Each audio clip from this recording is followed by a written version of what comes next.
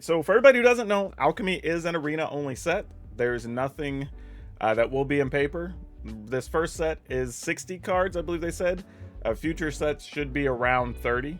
These will come out 1 month after the standard set's release.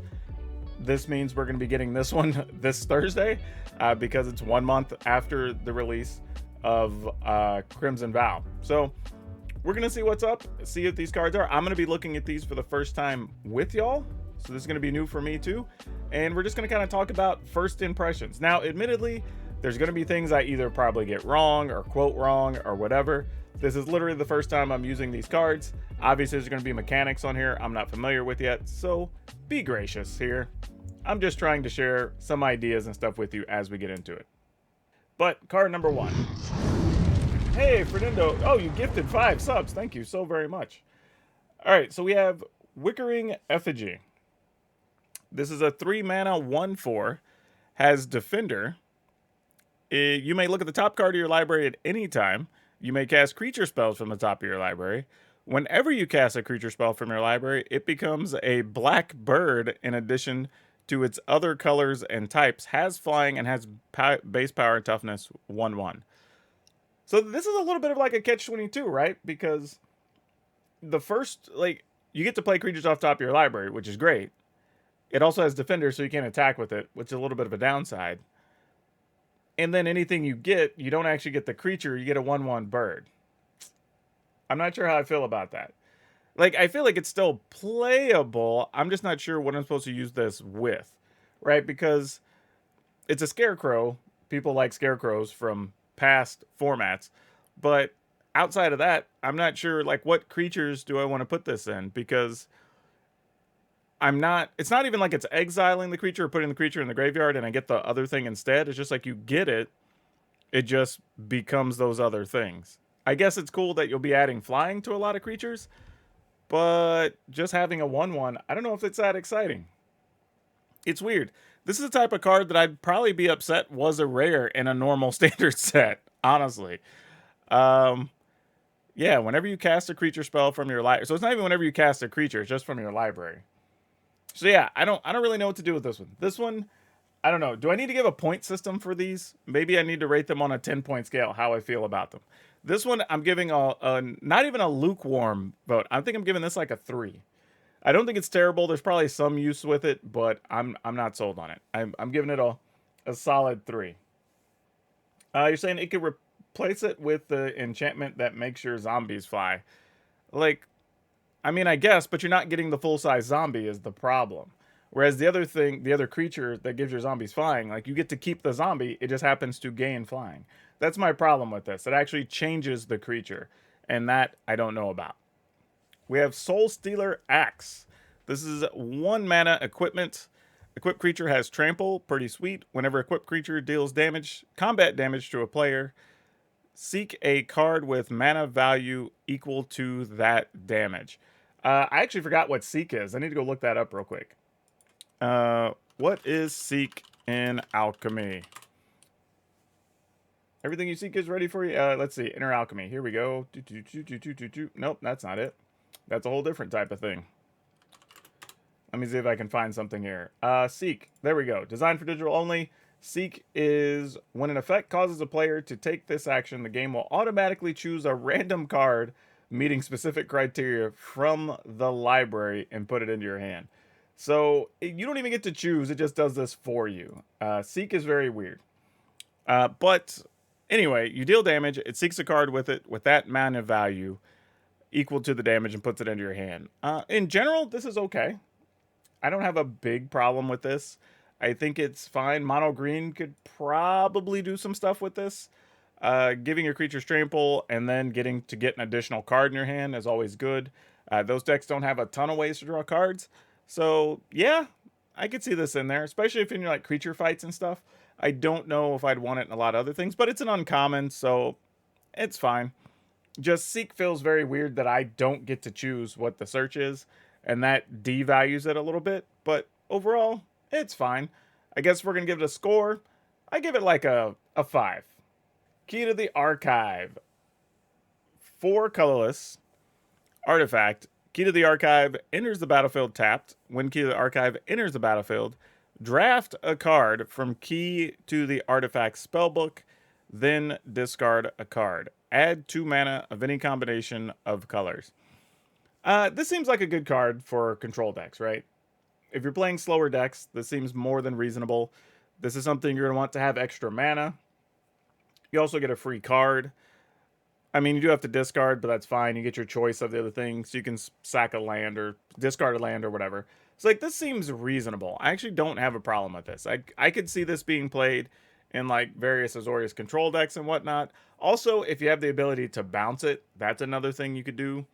And then just recast it and then get one of the other cards you might want. So, yeah, this actually seems okay. I would give this, like, a solid 6.5. I don't think it'll be in a lot of decks, but I think the decks that want it will probably really enjoy it. I also want to say, I thought that this set was going to be mostly rares, and then they were going to fill in the commons and the uncommons. However, we are seeing some uncommons in this list. So we have Tenacious Pup. It's a 1 green, 1/2 wolf. When Tenacious Pup enters the battlefield, you gain 1 life. All right. When you cast your next creature spell, that creature enters the battlefield with an additional +1/+1 counter, a trample counter, and a vigilance counter on it. Flavor-wise, I don't get it. I mean, it's a Tenacious Pup, but the next thing you gets bonuses. So I don't know if it's like the other thing protecting the pup, I guess. I don't know. Weird flavor. But seems pretty good. Even if you play this on turn 1 and your turn 2 creature becomes... Well, let's say you play this on 1 and then you play the 3/3 pack leader, right? You get a 3/3 that's going to be a 4/4 trample and vigilance. That seems pretty strong. This would be one of the better 1 mana things you could play in a wolf deck. So, yeah, I think for the deck that wants it, it's pretty good. So, again, I'm going to give this like a solid 6, 6.5. I think this is a reasonable card. All right, here's a green rare Antique Collector. 1 colorless and a green for a 2/2. Antique Collector can't be blocked by creatures with power 2 or less. When Antique Collector enters the battlefield, creatures you control perpetually gain.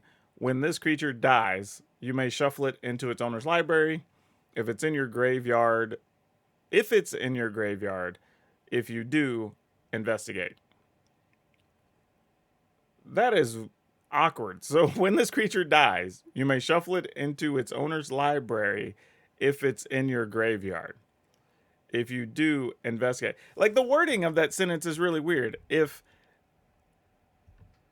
Okay, so it says so each creature has, when this creature dies, you may shuffle it into its owner's library if it's in your graveyard. That's so weird because you can only shuffle in your creatures.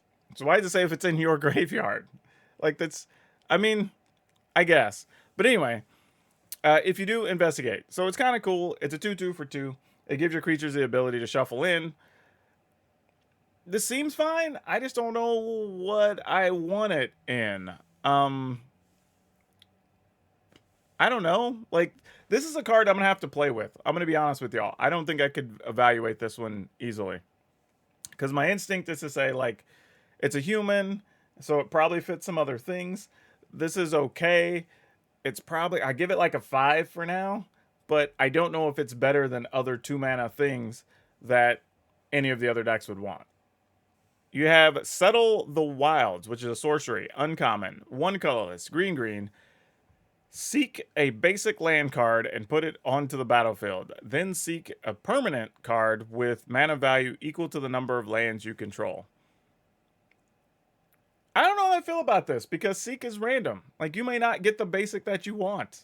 Like, that's my problem with this card. Now, the fact that for 3 mana, you do get another land and a 4-mana thing is pretty sweet. And it feels like you could build around that like maybe you only have 2 different things that cost 4 in your deck. So you could play this, and then at 4 you get either thing.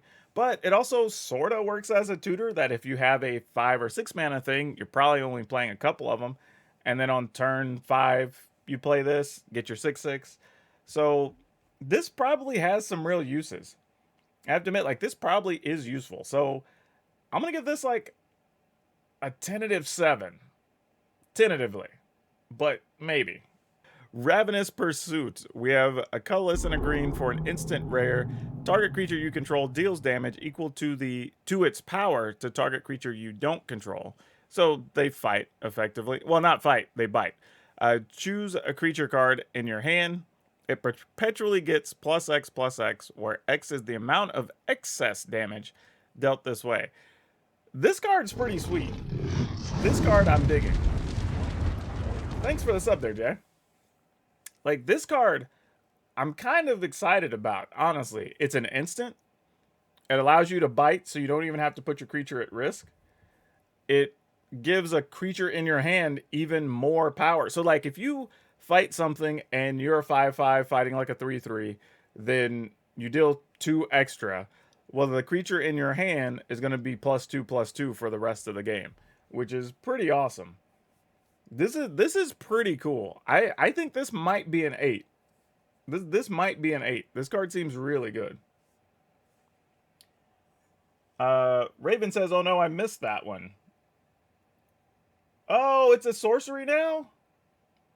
Oh, well, never mind. I'm being told by the chat that it's been errated to a sorcery. I'm a lot less excited. Instead of an 8, it's a 6 now. Mostly because, like, you already have Blizzard Brawl as a sorcery, so this would have been a good accompaniment to that. I don't know if you're going to replace, like, Inscription of Abundance with this yet. So, it gets downgraded instantly. Sorry, y'all. Lupine Harbingers. 3 colorless and a green. Creature wolf, also a rare, 4/4, trample and haste. I like all these words for 4 mana. Lupine Harbingers enters the battlefield with X +1/+1 counters on it, where X is the number of turns you've begun since it was foretold. And it has foretell for 6. This card's weird. So you can play it as a 4/4/4 trample haste, which is already good. But you can also foretell it on like turn 2. And then maybe ramp up to mana or something and cast it, we'll say, on like 4 or 5. And then it comes in with that many +1/+1 counters and has haste. This card's got to be good. I can't even, like... I can't imagine this card's not playable. Like, imagine foretelling this card, and then, you know, you're waiting, you're playing your stuff regular the rest of the game, your opponent sweeps the board, and then you're like, okay, now I'm going to play this thing that's like, I don't know, by then, probably like a 9/9 or something. Or probably like a 7/7 or an 8/8. But then with haste, like, that's got to be legit. So, yeah, I'm going to give this one 7.5. Mostly because you have to, it's kind of quirky. You got to work with it a little bit to make it work.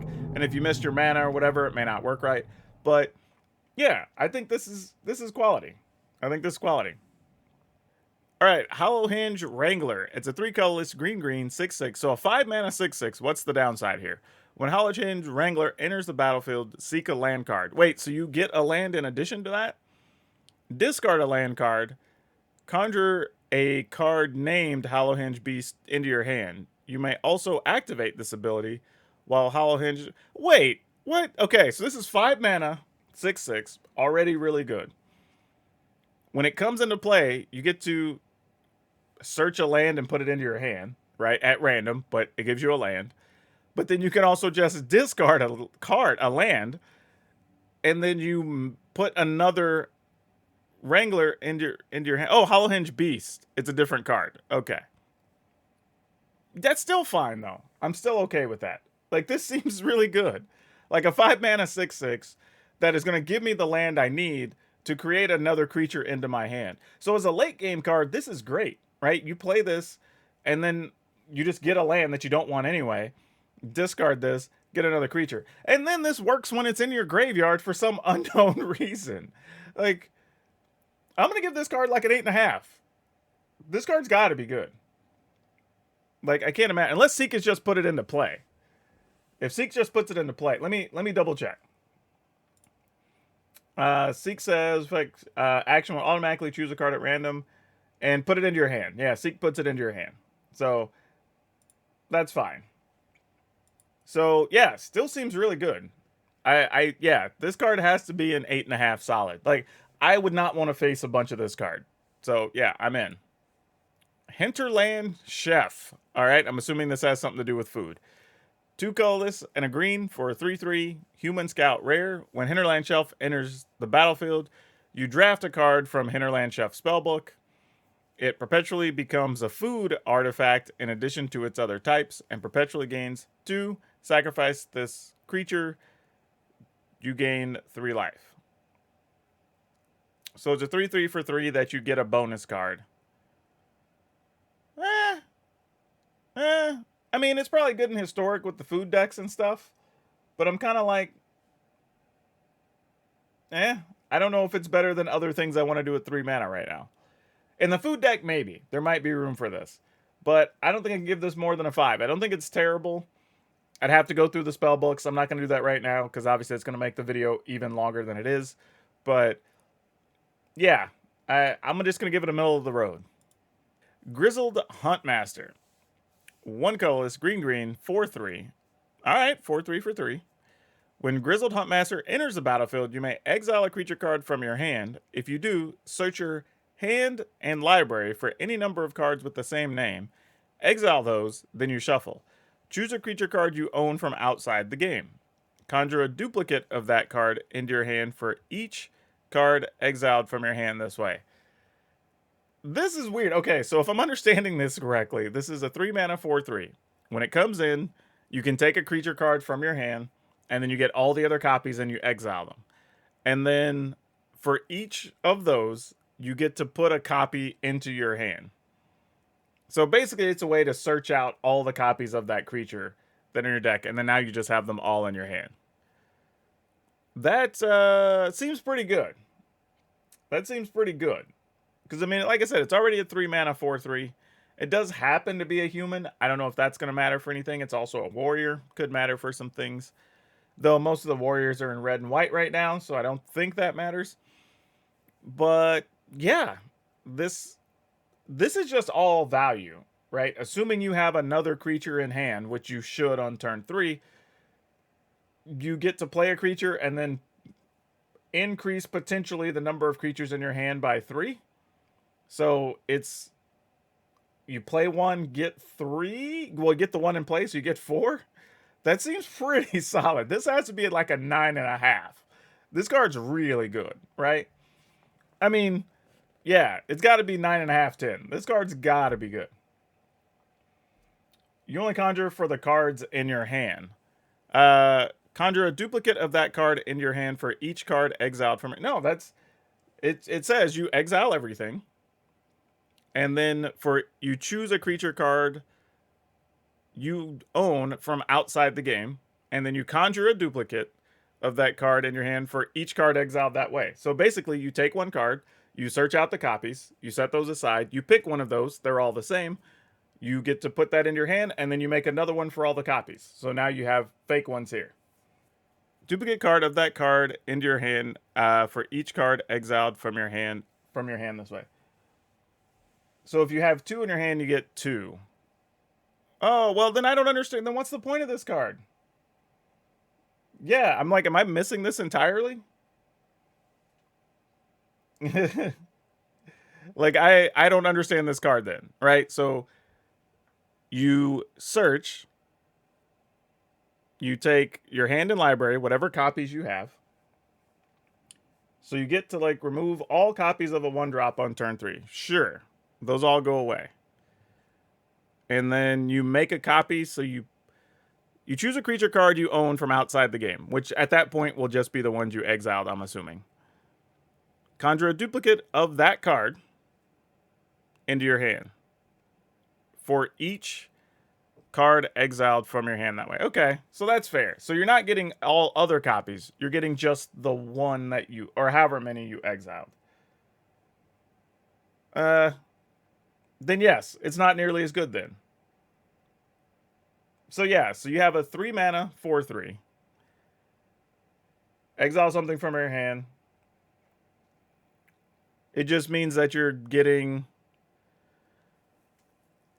Oh, that's true. It does let you get anything from outside the game. So it could actually be a sideboarded card. It doesn't have to be something exiled. That's interesting. It's interesting. So you get rid of a card in your hand to get your choice of something from the sideboard. and then you get copies of that thing. Still seems really good. I think I'm still okay with that. I like getting copies of something from the sideboard still seems more than reasonable. I think I'm fine with that. Like I get my choice of a thing and I get a 4/3 and assuming I have 1 or 2 mana things I don't necessarily want anymore, I've gotten rid of those. So like I'm okay. I'm okay with that. Yeah, I think it's still a good card. I mean, it's a little less, so I'm gonna give it like 8.5, but I think it's still really good. So we have yet more wolves. Geist Pack Alpha, 3 colorless and a green for a 5/4 with trample. Geist Pack Alpha dies. Seek a permanent card with mana value equal to the number of lands you control. All right, this is cool. I mean, we have a lot of things that cost 3, 4, 5 right now for wolves, so I'm not sure where this totally fits, but yeah, I mean, this is just a quality card. I don't even know if you have to play it in wolves. I mean, you could just play it in some like aggro deck of some kind. 5/4 for 4 with trample, and then when it dies, you get to search up a random other thing that costs equal to the number of lands. I think this is actually a solid card. It's probably like a 7. Rahilda, Wanted Cutthroat. So on the front side, it's a legendary creature, human werewolf. First strike. When Rahilda Cutthroat deals combat damage to a player, exile a non-land card from their library at random. During any turn you attacked with a wolf or werewolf, you may cast that card and you may spend any mana. All right, so that's cool. So you get to exile a card at random from their deck, a non-land card, I guess, and you get to cast it if you attacked with a wolf or a werewolf. The backside is Double Strike. Pretty cool. When it deals combat damage to a player, you exile a non-land card from your library at random during your turn if you attack. So it's the same thing, just on the backside. You get to, if you deal damage, you do it, whereas Rahilda does it when it comes into play. So I'm like, I'm kind of okay with it. It's first strike and double strike, which is really nice, so I don't think that should be overlooked. It's day and night bound. Is it better than the other 2 mana things we have right now? Maybe. I mean, getting to just exile cards from the opponent's library is pretty sweet, even if you don't get to cast them. So yeah, I'm kind of into it. I think this might be like a 7. I mean, I'm pretty good with this. I'm pretty solid on this card. And it doesn't even say you have to play it on the next turn. It's just like if it's there. Yeah, it's during any turn in which you attacked with a wolf or a werewolf. So yeah, that makes it that much better. So we got Cursed Bound Witch. 1 black, 1/2. When the witch dies, draft a card from Cursed Bound Witch's spellbook. I mean, we play eye twitch and stuff. You know, like, this seems fine. 1/2 for 1. Get a bonus card when it dies. Not much to really say about it other than that. It's playable, not great, but usable, and it's a human warlock. So, yeah. Break Expectations. Sorcery. Target player reveals all cards with mana value 2 or greater in their hand. You choose a card from among those cards. Exile that card. If a card was exiled this way, that player drafts a card from Break Expectations spellbook and reveals it. So you duress your opponent for stuff that costs 2 or more, and then they get a bonus card. I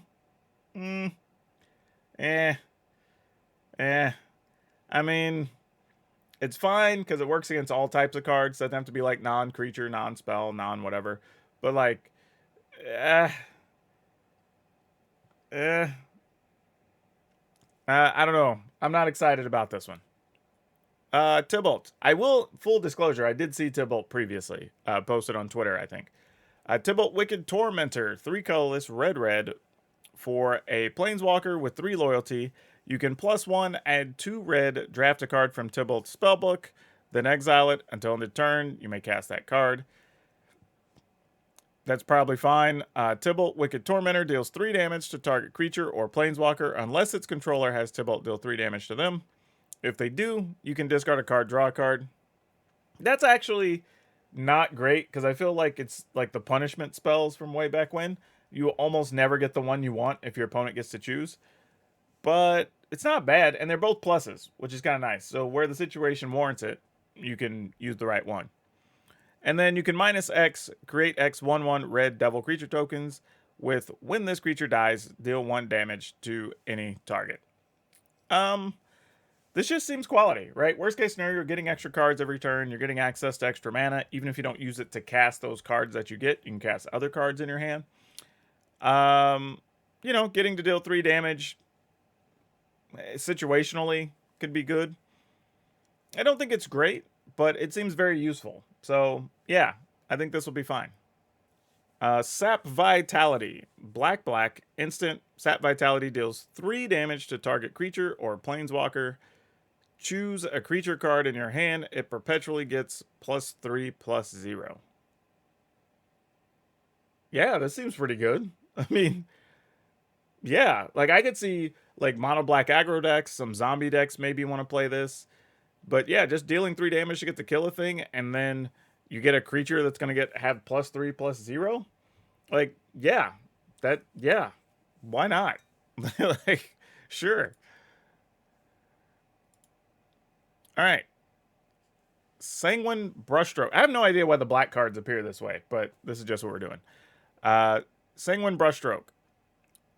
Colorless, black. When Sanguine Brushstroke, it's an enchantment, enters the battlefield, create a blood token and conjure a card named Blood Artist onto the battlefield. Whenever you cast a blood token, each player loses... whenever you sacrifice a blood token, each opponent loses 1 life, you gain 1 life. Yeah.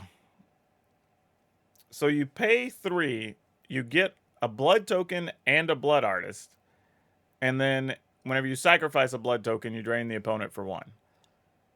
Yeah, this is great. This, I mean, like, Red-Black Vampires was already a good deck. So, you put this in there, now you get a Blood Artist that if your opponent sweeps the board and kills creatures, they're going to lose more life. And then if they don't, while it sits on the board and you sacrifice your blood tokens, you're going to drain the opponent for 1 each time. And be getting better card value. So, yeah, this seems really good. I'm actually kind of surprised in some way, other than the fact that it makes a Blood Artist token, you know, that there's a version of this that could have just been made that didn't have to be Alchemy, truthfully. Yeah, this card's actually really good. Puppet Razor. 3 colorless and a black. Zombie Wizard. 3/3. At the beginning of your upkeep, exile up to 1 target creature card from your graveyard. If you do, seek a creature card with mana value equal to the mana value of that card +1. This card perpetually gains menace. Oh, that card perpetually gains menace. Alright, so it enters at the beginning of your end step. So it's not even ETB. So every turn, you can exile 1 creature from your graveyard, and then you get to put 1 that's more expensive into your hand. Like, this is really good. Like, this card's really good. Because late game, it's just like, great, I'm going to get rid of this, like, I don't know, whatever creature it is that died earlier. Now I'm going to get 1 better, and it just goes into my hand. So you're basically taking all your junk in the graveyard and turning it into castable things. Like, yeah. Yeah, like, this card is great. I agree, self-mill decks should enjoy a card like this. So, yeah, thumbs up. This card's really good. Predatory Sludge. Predatory Sludge is a 2 colorless and a black. 3/3. Creature ooze with menace. As Predatory Sludge enters the battlefield, choose a permanent you don't control. When the chosen permanent is put into a graveyard from the battlefield, conjure a card named Predatory Sludge into your hand. So, this comes into play. You choose a permanent, somebody not you control, so your opponent, since it's arena. When the chosen permanent is put into a graveyard, then you get to make another sludge to do it again. Yeah, I think this is just okay. I'm not that excited by it, actually. Like, the idea of getting to have, like, sludges perpetually is pretty cool. You get to kill your opponent's creature. You get another thing, but, like, I mean, you could block, kill your sludge, kill the other thing, get another sludge in your hand, do it again. I guess it just feels like you're not really doing a lot, though, with the card, and especially compared to some of the other stuff we've seen. It's okay. I'm not excited by this one, really. All right, we have a demon that's really cheap. a Gutmon, Pact-Bound Servant, 2 colorless and a black for a 1/3 legendary creature demon. This might be the cheapest demon card we've had in Magic, right? Flying Death Touch, like that.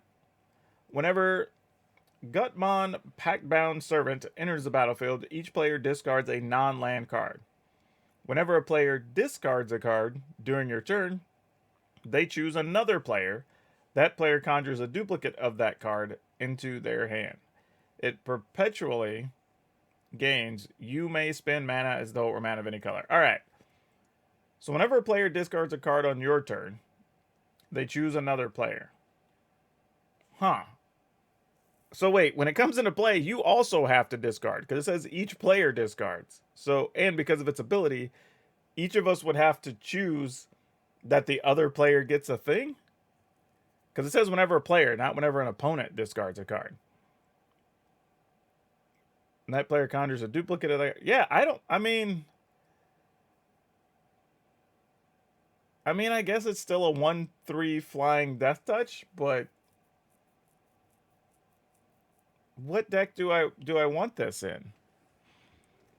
Like, yeah, I mean, and I'd either have to discard something that's completely of no use to me or my opponent.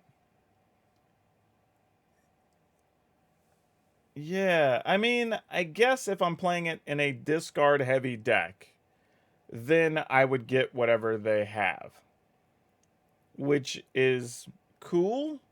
So, I mean, if it's part of a discard plan, discard strategy, then I guess it's fine, right? Because I will just get future cards from my opponent, which is all right.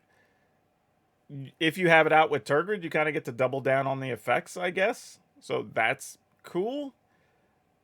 But yeah, I don't know. But yeah, as a discard card, it's cool. It's just that first half of the card that I'm like, not so much. But after that, if it survives, you get bonus cards from your opponent, which is actually pretty solid. And it is a 1/3, so it survives a lot. It has Death Touch. Your opponent may not even want to attack into it. So yeah, the more I thought about it, this card's actually okay. When City Stalker Connoisseur well, it's 3 mana, 3 colorless and a black. Vampire, 3/3, Death Touch. When it enters the battlefield, target opponent discards a card with the greatest mana value among cards in their hand. Create a blood token. So see, now this is interesting, right? Because we just saw the thing that costs 3. Now you can play the one that costs 4, and your opponent discards the most expensive thing in their hand, and you get a copy of it. So in conjunction with the demon we just saw, this actually becomes okay. But more importantly, like I said, this is kind of, if you're playing a discard strategy, I think this gets even better. And this is interesting too, that no matter what it is, your opponent will discard the most expensive thing, and you still get a 3/3 Death Toucher, which isn't terrible. Not outstanding, but not terrible either. So I'm kind of okay with this. I'm all right with it. All right, a symbol from parts. 1 black instant. Target creature card in your graveyard perpetually gains 3 and a black. Exile it from your graveyard, shuffle it into your library. Create a token that's a copy, except it's a 4/4 black zombie in addition to its other types. Activate only as a sorcery. So let's just let you reuse any creature in your graveyard, turning it into a 4/4, and it still keeps its other abilities. This seems good. I don't have a problem with this card. I mean, I don't know particularly what I want it in, but, you know, Alchemy's going to make things all weird, so I'm kind of okay with it. I think it's a quality card. Yeah, I agree. It's neat for zombie decks because you get a 4/4 zombie out of it. And it lets you reuse stuff that's already in a graveyard that's really small. You turn it into something big and it has a better ability. So yeah, I'm good with this. Town Razor Tyrant, 2 colorless, red, 4/4, flying. When Town Razor Tyrant enters the battlefield, target land you don't control loses all abilities except mana abilities and gains. At the beginning of your upkeep, this permanent deals 2 damage to you unless you sacrifice it. So it's a 4/4 for 4 flyer, which is kind of okay for dragons. We have a couple of those in standard right now. You choose a land, it loses any abilities that aren't mana abilities. So you can turn off like a Faceless Haven or whatever. And then your opponent takes 2 unless they sacrifice it. So if it's their 4th or 5th land, they probably don't want to get rid of it. This is interesting. Even if it's late game, I mean, they may just be like, okay, I got to get rid of the land because I can't afford to take 2, every turn. Man, this is tough, right? Not because the card's bad, but because we have such good cards at 4 mana for dragons, right? We have one that you can just save up extra mana and then burn your opponent. We have one that you get to discard cards when you cast a spell and draw other cards. We have one that when you play other non-creature spells, you get to make creatures with haste still in your turn. They're all really good, so I don't. I mean, man, this is tough. I feel like if this was accompanying something like maybe, like let's just say like a goblin deck or something, right? And you wanted this to be your top end, and you're already dealing a lot of early damage to the opponent or whatever, I could see this being a thing. Or even like say, I don't know, Boros aggro. Maybe you play this, now your opponent's got to take this damage every turn, or they've got to give up a land, while you're beating them down or whatever. So, yeah, I think this card's playable for sure. I just think it has certain applications compared to some of the other ones. Back at it, fearsome whelp. 1 coalesce and a red, 1/1, flying at the beginning of your end step. Each dragon card in your hand perpetually gains. This spell costs 1 less to cast. Whoa! This card's cool. So you play it on turn 2. If your opponent doesn't kill it, it's like, well, now my 5 mana dragons cost 4. Now my 5 mana dragons cost 3. This is something. I don't know what to think about there. Because it is only a 1/1 flyer, let's be real, right? Like it can be killed by damn near every single card that can kill a creature. So I like this card because the upside, like the ceiling is huge, but the floor is also really low. So it can go either way. Like, I think it's really neat, but I don't know how good it is.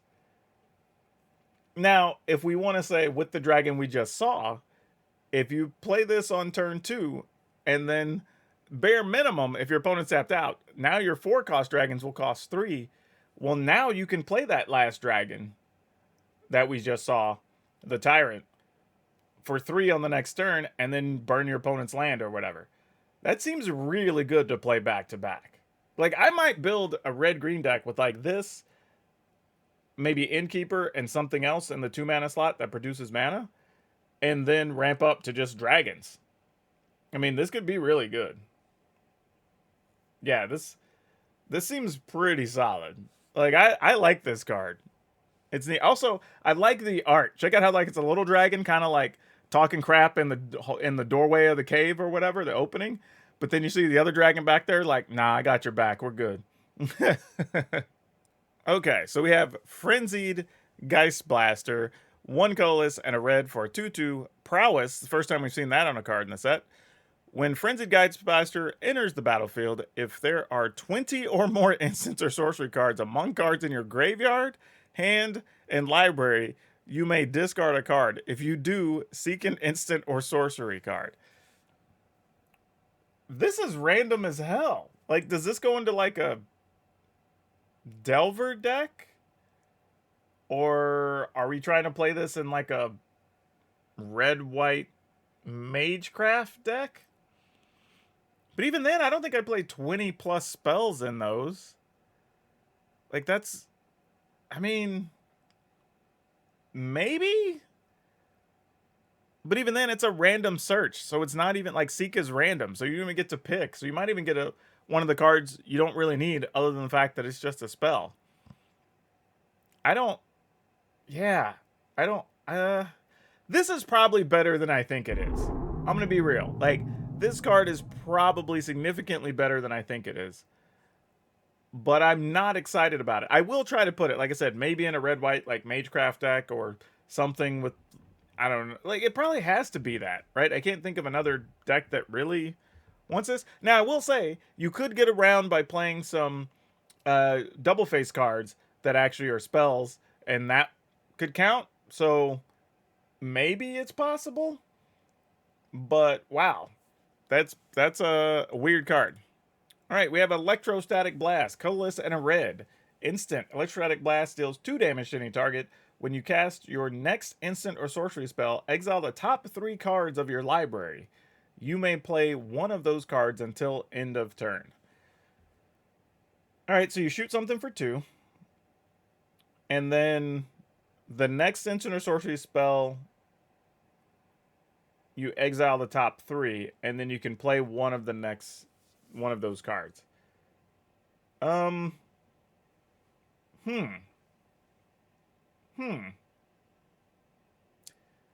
This seems okay. I mean, you get to deal 2 damage. It's to any target, which I like. You cast... It doesn't even say on this turn, so it's just the next instant or sorcery you cast. So it could be next turn when you have all your mana. And then you get your choice of the next card as well.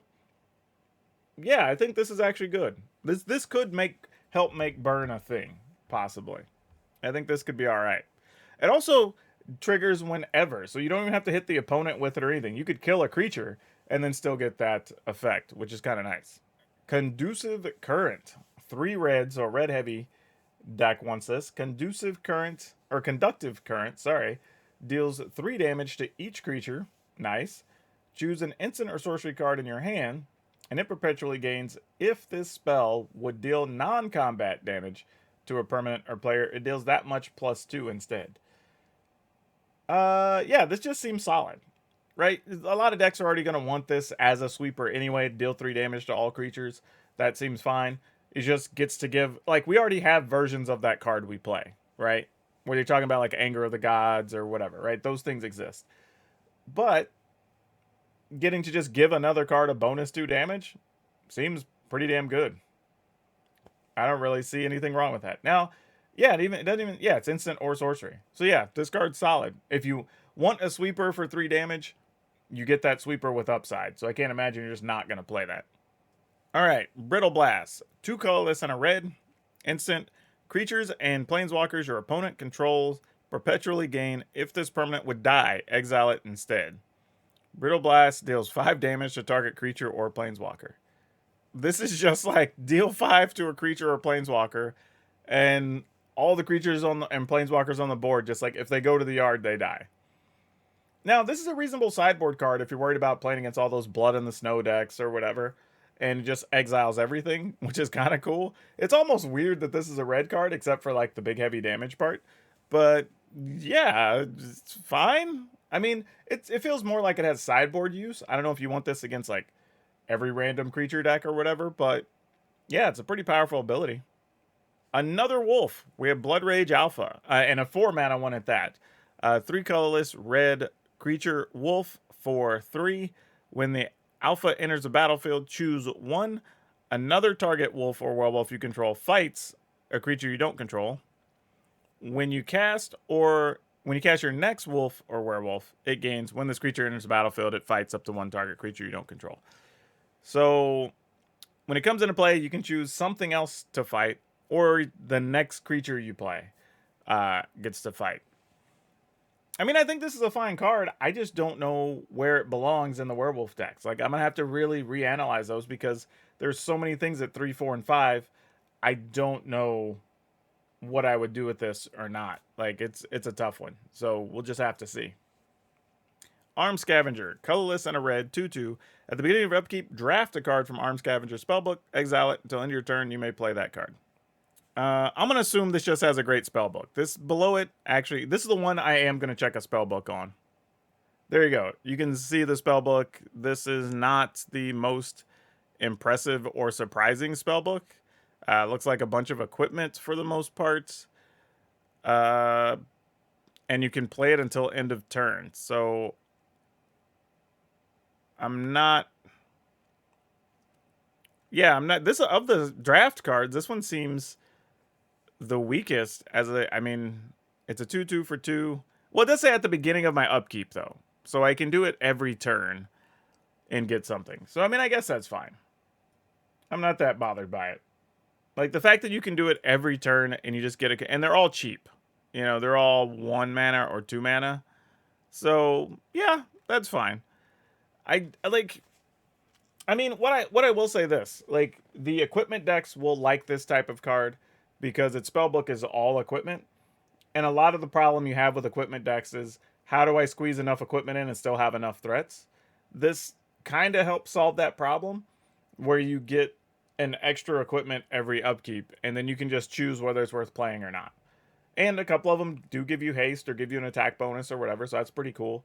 So yeah, it kind of makes sense this cards are rare. Granted, there's a specific type of deck that probably wants this, but then again, maybe you can play it in a Boros or Naya human deck and then just be getting access to equipment that you can play as well, right? I don't think it's necessarily better than other 2-mana things you can play, but it's at least worth considering, I would say. We have Unexpected Conversion, a 2 colorless and a blue. Sorcery, draw 2 cards. Then you may exile an instant or sorcery card from your hand. If you do, search your hand and library for any number of cards with the same name. Then you exile them. You seek an instant or sorcery card for each card exiled from your hand this way. Seek an instant or sorcery card. Does it seek actually... So seek is just any card in this case. That is interesting. I don't know if that makes it better or worse that you can get anything, but you're already going to draw 2. And then you can exile a card, and then you just get a thing? So, like, I mean, you're paying 3 to get 2 cards at a minimum, and that's fine. And then if you have junk you don't want, you get rid of that, and then you just get a random thing? Or you get rid of, like, the cards that aren't that good, and then you get to replace it. So, yeah, this seems like it's good. It has to be playable.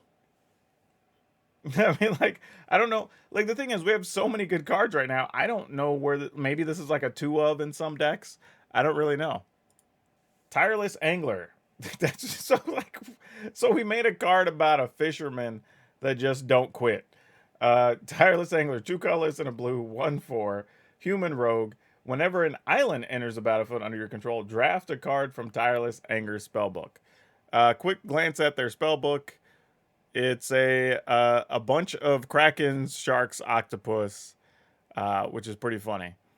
It does randomly have Ruin Crab over there.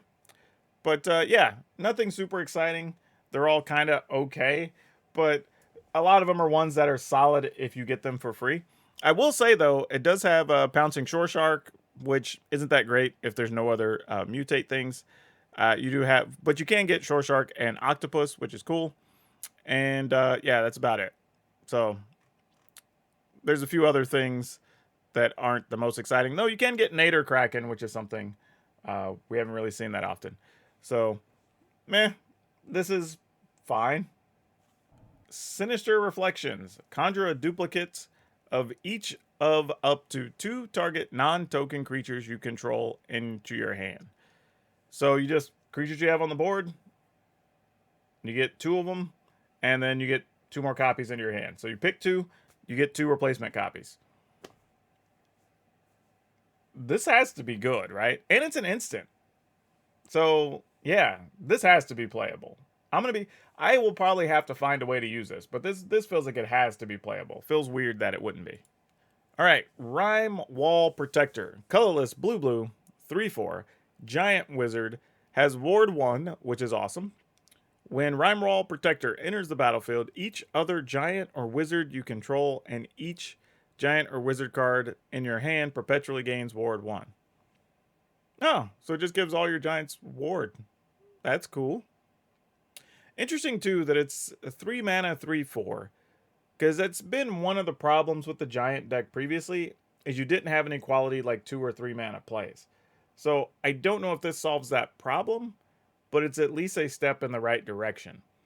And it protects the creatures you do get. Because, again, that kind of is the other problem, right? You had to do all these things to eventually get like this 4, 5, 6 mana creature into play. And then it just died to like a spot removal, right? So this at least makes it more difficult for that to happen. Don't know if this makes giants good, but it's at least a cool thing to have. So I'm kind of all right with that. Ogler, I guess Ogler, maybe. I don't know. We'll go with Ogler. Devoted Assistant. Colorless blue. 1/1 homunculus, which is their like big one-eyed creatures. At the beginning of your upkeep, look at the top 2 cards of your library. Then put one of them into your graveyard. Whenever a creature card is put into your graveyard from your library or hand, it perpetually gains when this card leaves your graveyard. Create a tapped 2/2 black zombie creature. Oh yeah, the mill decks, the self-mill decks want this thing for real. Like, this card's good. Because if you can find any way to put stuff in your yard or from your hand, and then that thing, you have a way to remove them from the yard, especially if you're playing, like we had a deck we played on my YouTube channel, like, I don't know, like not even a week ago, that was a self-mill deck. And like, yeah, this is totally the thing you'd really want. So this is pretty cool. But you also want creatures for it to activate, so. Obsessive Collector, 3 colorless and a blue for a 4/3 flying ward 2. Nice. Whenever Collector deals combat damage to a player, seek a card with mana value equal to the number of cards in your hand. And it's a spirit. This is a spirit creature I can get behind, y'all. Like, in general, I did not think spirits were that good, but this is the type of card. Now, granted, it does cost 4 mana, but it's a 4/3 flying creature for 4 with ward 2, and has an upside that if it connects, you get just a random card for the cost equal to the number of cards in your hand. Usually means you're probably only going to be getting a 2 or a 3, but even then, you're getting free cards for just connecting on damage. Like, this is pretty good, and it's going to be hard to remove because it has ward. And that's assuming you don't also have other things that could protect it because you're playing blue-white. Yeah, I think this could be pretty sweet in a spirit deck. I could see myself playing this. Kindred Denial, 2 colorless, blue, instant, counter target spell, seek a card with the same mana value as that spell. Yeah, this is solid. Like, this is counter a thing and then just get a card. Like, yeah, for 4 mana, counter a spell, draw a card effectively. Like, and not only that, if you play this late in the game and you get to counter like a 5 or a 6 mana thing, now your opponent's tapped out, you countered it, and now you get to cash your thing with your opponent probably tapped out. Yeah, this card, ugh, I am not going to want to play against this card. Geist of Regret, that's a hell of a name. 4 colorless and a blue, 4/5 flying. When Geist of Regret enters the battlefield, put a random instant card from your library into your graveyard. Then put a random sorcery card from your library into your graveyard. When you cast an instant or sorcery spell from your graveyard, copy that spell. You may choose new targets for the copy. There's a lot going on with this card. All right, so it's a 4/5 for 5 with flying. Not great, but fine. Then you put a random instant and a random sorcery from your library into your graveyard. And then when you cast an instant or sorcery card from your graveyard, you copy that spell. So this doesn't give you the ability to cast from your graveyard. You need something else to cast from your graveyard. But if you do, you get to copy it. Man, this card's weird. I don't know what I'm supposed to be doing with this card. I don't even know how to feel about this, because I feel like that's a really strong ability. But yeah, that's what I'm saying. Like, flashback is the only thing I can think of. But like, I mean, sure, I would say Demi-Lich, but they're also nerfing Demi-Lich. So like, I don't know. Yeah, Leer, but Leer also costs 5. That's the problem, right? Are you gonna play this in a Leer deck? Like, probably not. I wouldn't think. Discover the formula. 4 colorless, blue, instant. Seek 3 non-land cards. When then non-land cards in your hand, perpetually gain this spell cost 1 less to cast. Wow, alright, so you pay 6 as an instant. You get 3 random cards into your hand. And then all the cards in your hand say they all cost 1 less to cast. This is fine. Like, this is actually good, mostly because you can like, it's not about so much the discount. The discount is nice, but it's just get 3 cards. Now, the thing I will say, it does say 3 non-land cards, which is really good because it keeps you from those cases where like, I'm gonna draw 3 cards, and you draw like land spell, right? So you drew 2 junk spells, junk cards. It prevents those scenarios from happening, which is kind of nice. But I mean, this has got to be pretty playable. I don't know if a lot of decks are going to play more than 1 or 2 of these, but I think the upside is pretty strong on something like this. All right, we have Clone Crafter. Colorless and a blue, 1/2. When Clone Crafter enters the battlefield, conjure a duplicate of a random creature card from your opponent's library into your hand. It perpetually gains, you may spend mana, blah, blah, blah. All right, so you pay 2 for a 1/2. You get a random creature card from your opponent's library into your hand. And then you have the ability to cast it. I mean, I guess it's fine. I'm just trying to think of like what deck wants like to play a 2 mana 1/2, get a thing from your opponent to just like randomly have whatever creature they like.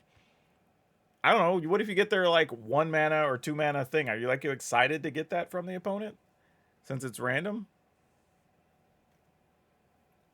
Yeah, I don't know.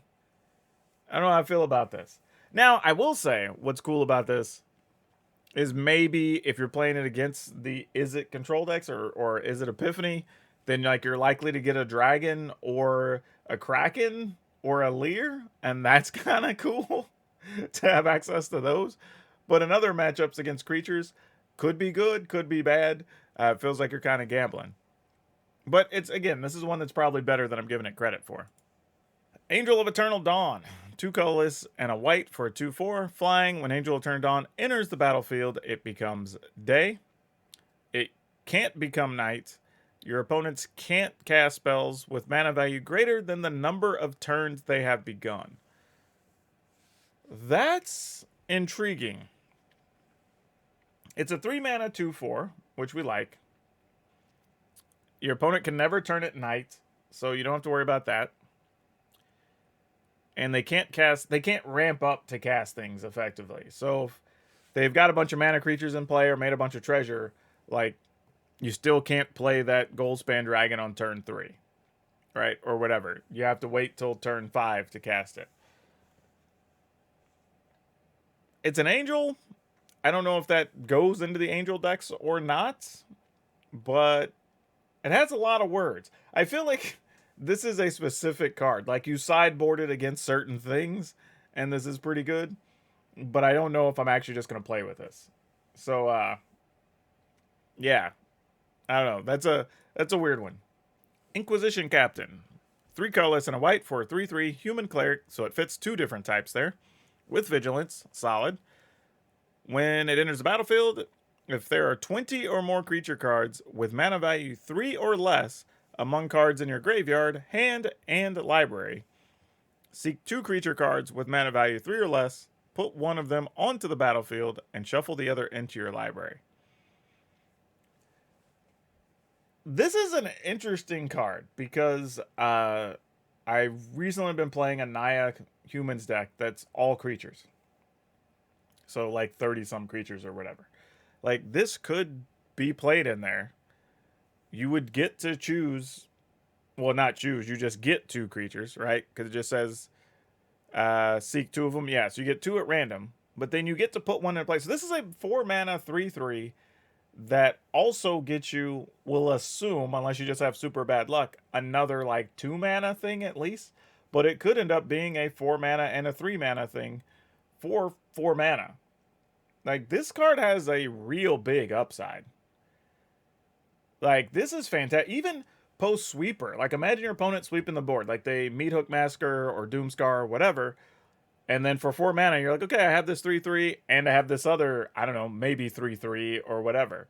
Right? Like, that's a huge way to recover for 4 mana. Like, that's really, really good. So yeah, I'm kind of into this card. This card seems rough. Like, yeah, I like it. All right, let's see what we got. Faithful Disciple.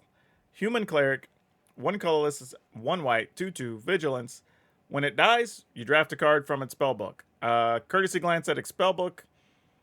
Here, I will actually show the spellbook on this one because it does have cards that matter, which is annoying. But hey, I'm going to show you all anyway for the sake of content. Here we go. It's spellbook. Anointed Procession, which is really good. Cathar's Crusade. Actually, Anointed Procession, you need to make counters, right? Yeah, tokens, yeah. Crusade, solid. You get +1/+1s on everything. Authority to consoles. Like, the spellbook for this is really good. Like, Bastion of Light, so you can exile. Banishing Light, so you can exile something. Like, this is Glorious Anthem. Like, this is a good pile of stuff. Teleportation Circle. Yeah, this might be one of the best spellbooks. Truthfully. Like, this card might have one of the best spellbooks. Like, I like this a lot. And it's on an uncommon, which is random. But, yeah, if you were looking for something else for your Clerics decks, this could be one of them. Ethereal Escort, 2 colorless and a white, 3/3, lifelink. Whenever Ethereal Escort enters the battlefield or attacks, choose a card in your hand. It perpetually gains lifelink.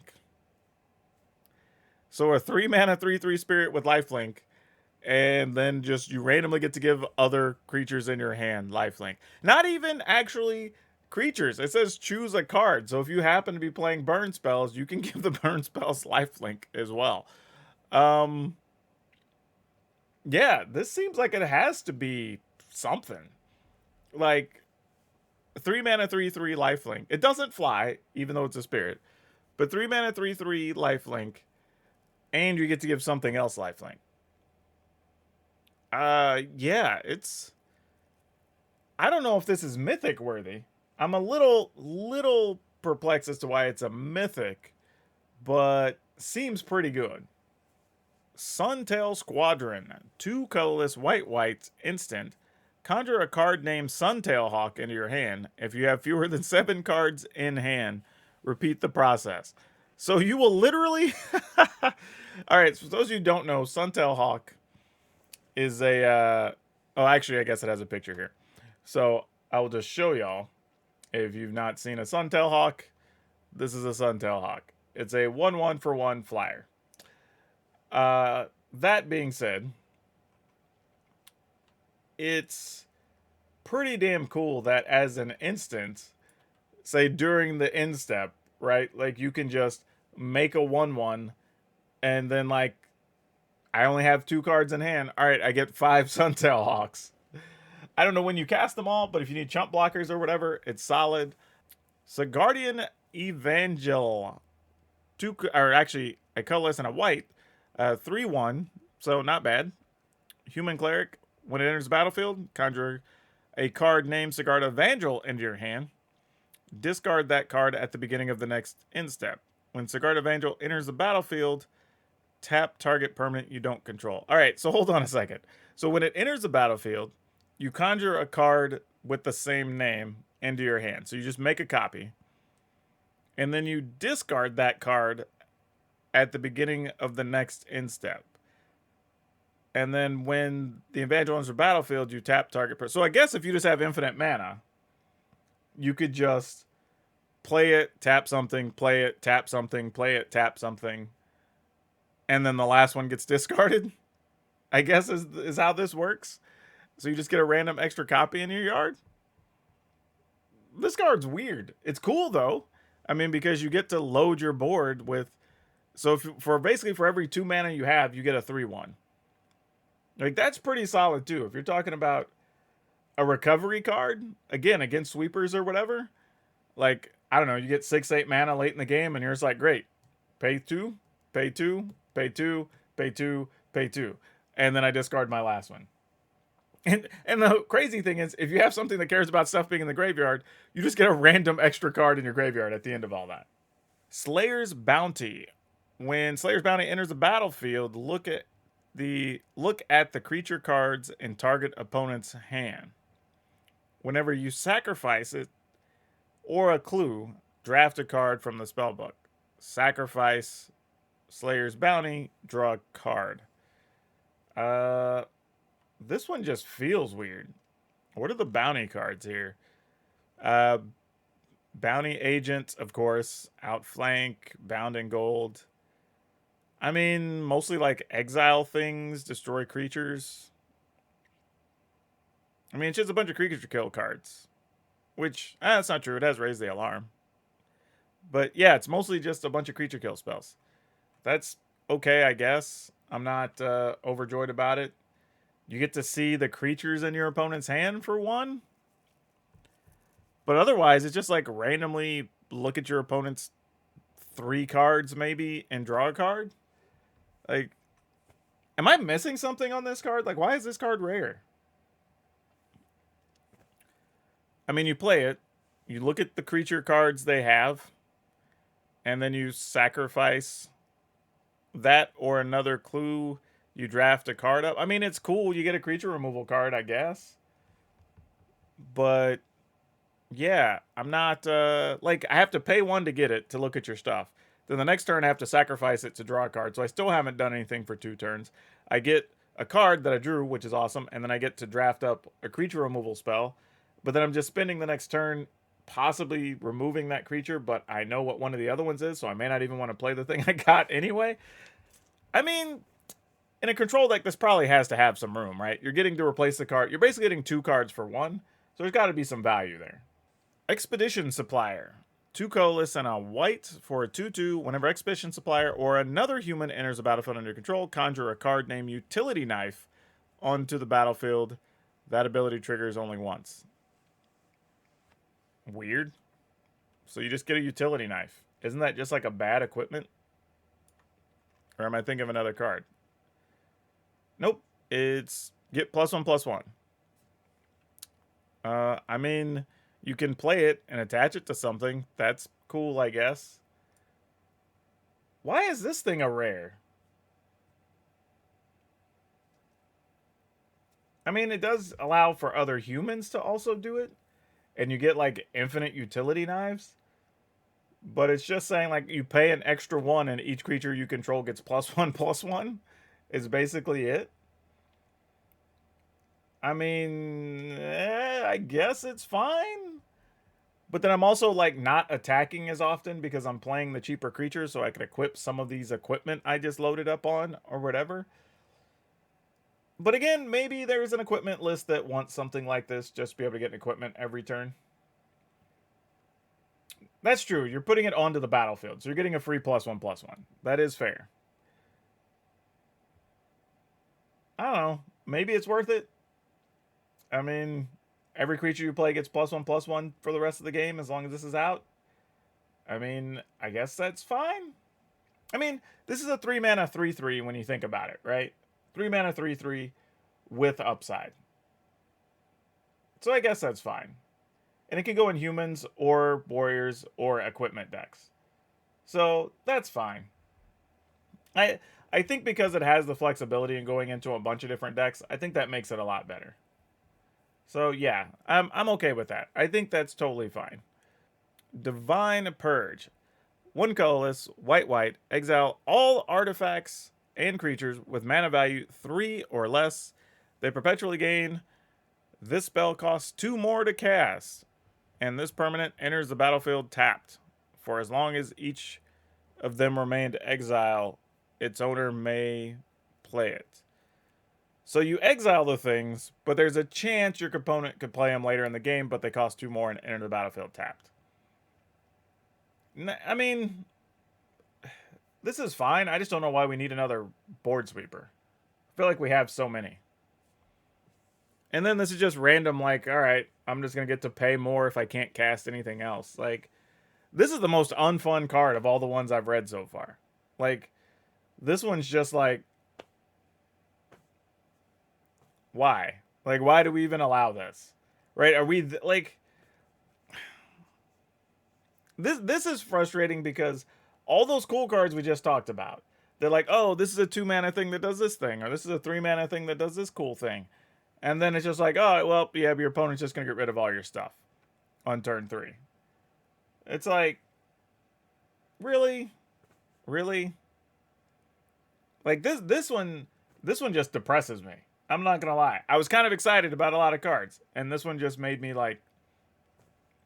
This one is a legitimate mood killer. I will say that. Like this was the worst. Like this undoes what so many other cards are. I mean, really, if you have this in hand against several creature decks, like you're just not even gonna need to play anything for the first couple of turns. You're like, oh, whatever, play your stuff. My turn 3, I'm just gonna wipe your board. No, maybe not even your turn 3. You might let them take their turn 4, and like then go ahead and do it and get even more value. Like it's, yeah. Angel of Unity. So another 2-mana angel. So this is kind of cool. Colorless and a white. 1/3. Flying and lifelink. Whenever Angel of Unity enters the battlefield, or you cast a party spell. Well, I was not expecting to see those words on here. Choose a party creature card in your hand. It perpetually gets +1/+1. That's not where I thought this was going. I was thinking this was going to be something to help angels, but it's randomly a thing to help party cards. That's kind of cool. I don't know how good it is, but yeah, maybe it's a thing. I don't know. It's interesting though. I at least like this one. It is only an uncommon, so the power level's about right. All right.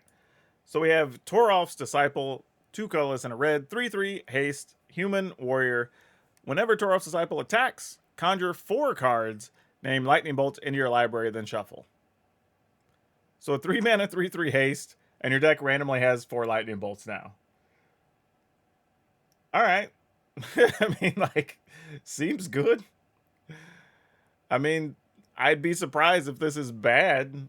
I mean, even late game, just being able to like attack with a haster and then know that, well, now I can top deck some lightning bolts. Like this seems pretty good. Well, yeah, exactly. And the more often you attack, it becomes perpetually higher percentage wise that you will draw a lightning bolt, which is also funny.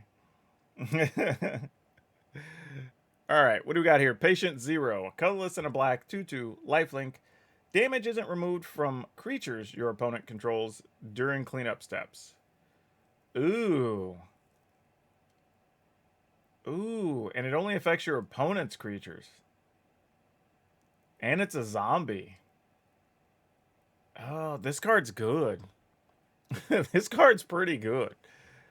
I mean, because now, even if you're attacking with the stupid decayed zombies and your opponent blocks, it's just like, well, sure. Now you just want to take the 2 because even blocking doesn't benefit you because you're just going to get basically infected for -2/-2 or whatever. Like that's pretty cool. All right, what do we got? Ominous Traveler. When Ominous Traveler enters the battlefield, draft a card from its spellbook. That card perpetually gains. You may spend mana as though it was any mana of any color. Blah blah blah. And when you cast this spell, return a creature card or creature named Ominous Traveler to its owner's hand. So you just basically get to keep replaying this. Does it have its spellbook? It does have its spellbook. Let's take a look, because this is one that the spellbook probably seems important. Oh, this is the worst formatting. I will just tell you what cards are in the spellbook then, because this is not good. This actually has in the spellbook Dominating Vampire, Vampire Socialite, Stormcrow. So it just has a bunch of random themed creatures. It has spirits, it has werewolves, it has vampires, it has zombies. And this is a human? I don't get it. I don't know when I would want this card.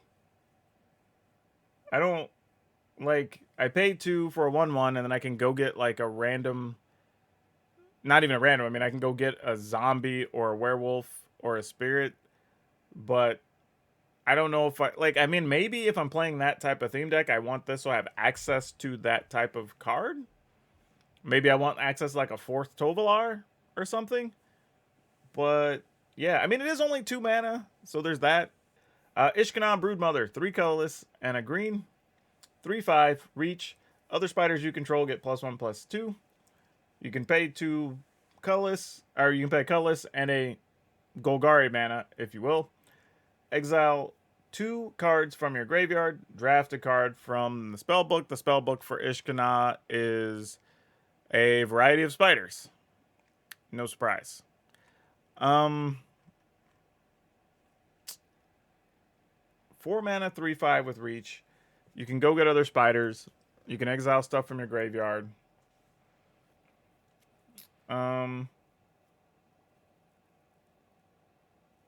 Yeah, I don't know. I mean, exactly. Loth makes spiders, so that's what I was thinking. It's like you get a 3/3, so you can play this on 4, play Loth on 5. That's probably doable. And then you just exile cards from your graveyard and slowly get more spiders. I mean, I guess that's okay. I mean, I'm not super excited about it, but it is a 3/5. That is a big body for some decks to punch pass. So there's that.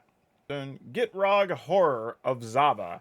2 colorless, green black, 6/6, frog horror, legendary creature, has menace. At the beginning of each combat, if Gitrog Horror is untapped, an opponent may sacrifice a creature. If they do, you tap it and then seek a land card and put it onto the battlefield. So you just get a random land onto the battlefield tapped, and then whenever a land enters the battlefield under your control, it gains pay a black, green, and tap it and sacrifice it to draw a card. I mean, this seems pretty damn good. I mean, a 6/6 for 4 with menace, your opponent could sacrifice a creature every turn to keep it from doing stuff, but if they do, then you get a land that lets you draw a card. Yeah, this card just seems pretty good. I got no issues with this. All right, Geist Channeler. 1 colorless and a blue, 1/3. When Geist Channeler enters the battlefield, choose an instant or sorcery card in your hand with mana value 3 or more. It perpetually gains. This spell costs 2 less to cast. Well, this card's pretty good. Like, yeah. I mean, it's a 1/3, so it's, I mean, once you've chosen a thing, it doesn't really have an ability, but man, oof. There's probably some things you could do with this card. Forsaken Crossroads. Enters the battlefield tapped. As Forsaken Crossroads enters the battlefield, choose a color. When Forsaken Crossroads enters the battlefield, scry 1.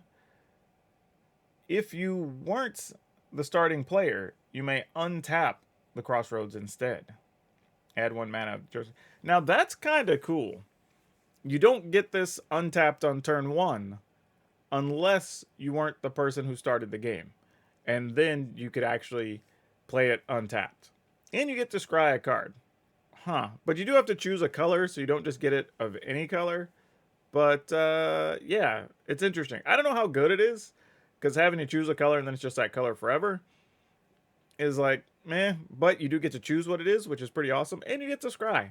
So there's some good value there. And randomly, you might get it untapped.